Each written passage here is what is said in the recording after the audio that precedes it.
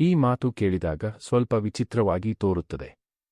ಕೆಲವರಿಗೆ ಇದು ಒಂದು ಟೋಟ್ಕ, ಕೆಲವರಿಗೆ ಇದು ಅಂಧಶ್ರದ್ಧೆ, ಇನ್ನೂ ಕೆಲವರಿಗೆ ಇದು ಒಂದು ರಹಸ್ಯ ಶಕ್ತಿ. ಆದರೆ ನಿಜವಾದ ಪ್ರಶ್ನೆ ಏನು ಅಂದರೆ, ನಮ್ಮ ಜೀವನದಲ್ಲಿ ಶತ್ರುಗಳ ಉಲ್ಟಾ ಕಾಲ ಶುರುವಾಗುವುದಕ್ಕೆ ನಿಜವಾಗಿಯೂ ಇಂತಹ ಟೋಟ್ಕಾಗಳೇ ಕಾರಣವೇ? ಅಥವಾ ನಮ್ಮ ಮನಸ್ಸಿನ ಶಕ್ತಿ, ನಮ್ಮ ಆಲೋಚನೆಗಳು, ನಮ್ಮ ನಡೆನುಡಿಗಳು ಇದಕ್ಕೆ ಮೂಲವೇ? ಜೀವನದಲ್ಲಿ ಪ್ರತಿಯೊಬ್ಬರಿಗೂ ಶತ್ರುಗಳಿರುತ್ತಾರೆ. ಅದು ಹೊರಗಿನವರಾಗಿರಬಹುದು ಅಥವಾ ಕೆಲವೊಮ್ಮೆ ನಮ್ಮೊಳಗಿನ ದುರ್ಬಲತೆಗಳೇ ನಮ್ಮ ದೊಡ್ಡ ಶತ್ರುಗಳಾಗಿರುತ್ತವೆ. ಕೋಪ, ಅಸೂಯೆ, ಆಲಸ್ಯ, ಭಯ ಇವುಗಳೆಲ್ಲ ನಮ್ಮ ಬೆಳವಣಿಗೆಯನ್ನು ತಡೆಯುವ ಶಕ್ತಿಗಳು. ನಾವು ಇದನ್ನು ಅರಿಯದೆ ಹೊರಗಿನ ಶತ್ರುಗಳ ಬಗ್ಗೆ ಮಾತ್ರ ಯೋಚಿಸುತ್ತೇವೆ. ಯಾರು ನನಗೆ ಹಾನಿ ಮಾಡುತ್ತಿದ್ದಾರೆ, ಯಾರು ನನ್ನನ್ನು ಕೆಳಕೆಳೆಯಲು ಯತ್ನಿಸುತ್ತಿದ್ದಾರೆ ಎಂದು ನಾವು ಯೋಚಿಸುತ್ತೇವೆ. ಆದರೆ ನಿಜವಾದ ಶತ್ರು ನಮ್ಮೊಳಗೇ ಇರುತ್ತಾನೆ. ಜೀವನದಲ್ಲಿ ಹಲವಾರು ಜನರು ಯಶಸ್ಸನ್ನು ಹುಡುಕುತ್ತಾ ಇರುತ್ತಾರೆ. ಕೆಲವರು ಟೋಟ್ಕಾಗಳಲ್ಲಿ ನಂಬಿಕೆ ಇಡುತ್ತಾರೆ, ಕೆಲವರು ಭಾಗ್ಯದಲ್ಲಿ ನಂಬುತ್ತಾರೆ, ಇನ್ನೂ ಕೆಲವರು ಯಾರಾದರೂ ಹೇಳಿದ ಒಂದು ಸಣ್ಣ ವಿಧಾನವನ್ನು ಅನುಸರಿಸಿದರೆ ಜೀವನ ಬದಲಾಗುತ್ತದೆ ಎಂದು ಭಾವಿಸುತ್ತಾರೆ. 4 ಕಾಳು ಮೆಣಸು ಹಾಕಿದ್ರೆ ಶತ್ರುಗಳ ಕಾಲ ಉಲ್ಟಾ ಆಗುತ್ತದೆ ಎಂಬ ಮಾತು ಕೂಡ ಅಂಥದ್ದೇ ಒಂದು ಕಲ್ಪನೆ. ಆದರೆ ನಿಜವಾದ ಪ್ರಶ್ನೆ ಏನು ಅಂದರೆ, ಯಶಸ್ಸು ನಿಜವಾಗಿಯೂ ಇಂತಹ ಸುಲಭ ಮಾರ್ಗಗಳಿಂದ ಬರುತ್ತದೆಯೇ? ಅಥವಾ ಅದು ನಮ್ಮ ಒಳಗಿನ ಶಕ್ತಿ, ನಮ್ಮ ಪರಿಶ್ರಮ ಮತ್ತು ನಮ್ಮ ದೃಢನಿಶ್ಚಯದಿಂದ ಬರುತ್ತದೆಯೇ? ನಾವು ಒಮ್ಮೆ ಸತ್ಯವನ್ನು ಒಪ್ಪಿಕೊಳ್ಳಬೇಕು. ಈ ಜಗತ್ತಿನಲ್ಲಿ ಯಾವುದೇ ಶಾರ್ಟ್ಕಟ್ ಇಲ್ಲ. ಯಾರಾದರೂ ಯಶಸ್ವಿಯಾಗಿದ್ದರೆ ಅದರ ಹಿಂದೆ ಒಂದು ದೀರ್ಘ ಪ್ರಯಾಣ ಇರುತ್ತದೆ.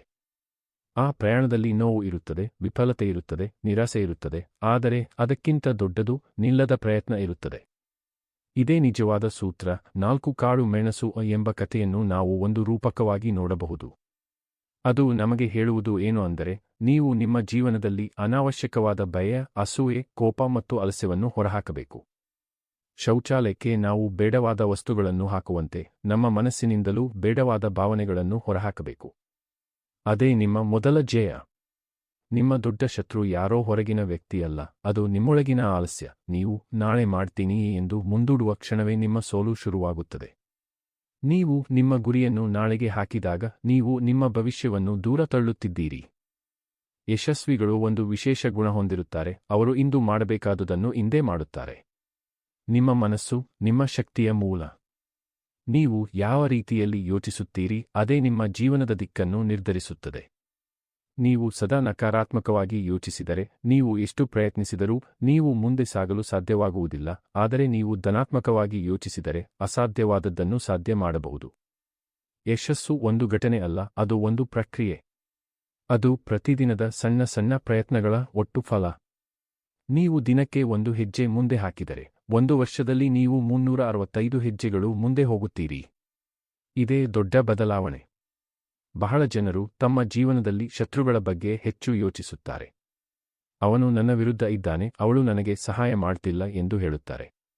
ಆದರೆ ಸತ್ಯ ಏನು ಅಂದರೆ, ನೀವು ನಿಮ್ಮ ಮೇಲೆ ಕೇಂದ್ರೀಕರಿಸಿದರೆ ಯಾರೂ ನಿಮ್ಮನ್ನು ತಡೆಯಲು ಸಾಧ್ಯವಿಲ್ಲ. ನಿಮ್ಮ ಶತ್ರುಗಳು ನಿಮ್ಮ ಗಮನಕ್ಕೆ ಅರ್ಹರೇ ಅಲ್ಲ. ನಿಮ್ಮ ಗುರಿಯೇ ನಿಮ್ಮ ಗಮನಕ್ಕೆ ಅರ್ಹ. ನಿಮ್ಮ ಸಮಯ ನಿಮ್ಮ ದೊಡ್ಡ ಸಂಪತ್ತು.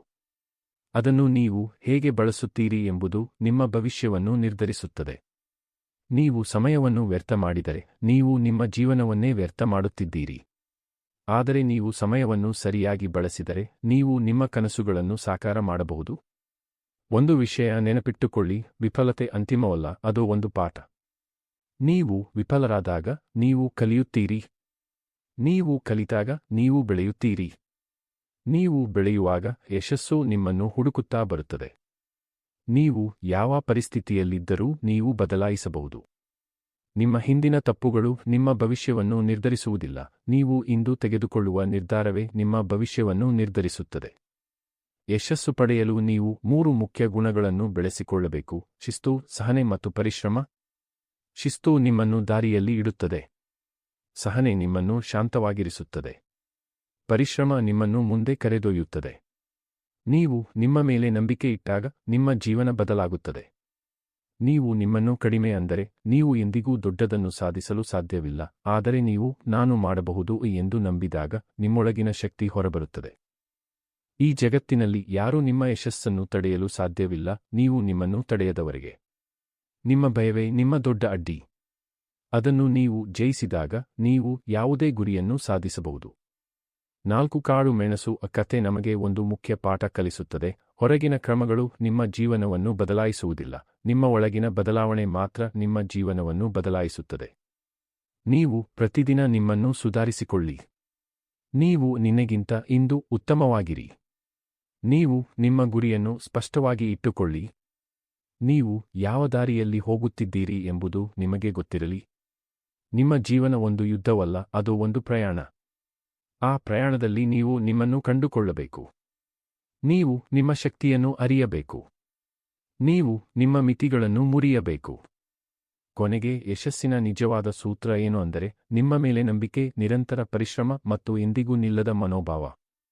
ಇದು ಯಾವುದೇ ಟೋಟ್ಕ ಅಲ್ಲ, ಇದು ಯಾವುದೇ ಮಾಯಾ ವಿಧಾನ ಅಲ್ಲ, ಇದು ಒಂದು ನಿಜವಾದ ಮಾರ್ಗ. ಹೀಗಾಗಿ 4 ಕಾಳು ಮೆಣಸು ಹಾಕುವುದಕ್ಕಿಂತ ನಿಮ್ಮ ಮನಸ್ಸನ್ನು ಬದಲಾಯಿಸಿ.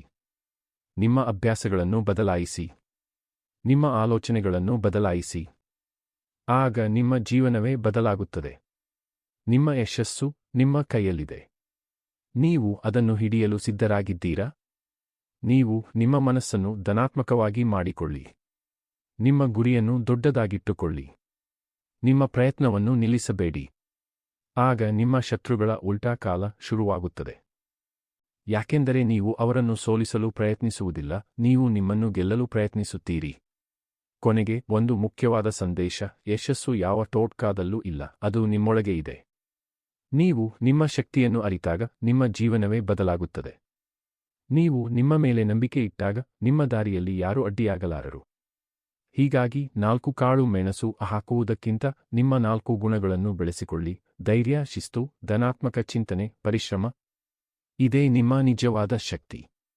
ಇದೇ ನಿಮ್ಮ ಯಶಸ್ಸಿನ ಗುಟ್ಟು. ಇದೇ ನಿಮ್ಮ ಶತ್ರುಗಳ ಉಲ್ಟಾ ಕಾಲ ಆರಂಭವಾಗುವ ನಿಜವಾದ ಮಾರ್ಗ. ಈ ವಿಡಿಯೋ ನಿಮಗೆ ಇಷ್ಟವಾದರೆ ಲೈಕ್ ಮಾಡಿ, ನಿಮ್ಮ ಸ್ನೇಹಿತರ ಜೊತೆ ಶೇರ್ ಮಾಡಿ. ಇನ್ನಷ್ಟು ಮೋಟಿವೇಶನಲ್ ವಿಡಿಯೋಸ್ಗಾಗಿ ಸಬ್ಸ್ಕ್ರೈಬ್ ಮಾಡೋದನ್ನ ಮರಿಬೇಡಿ.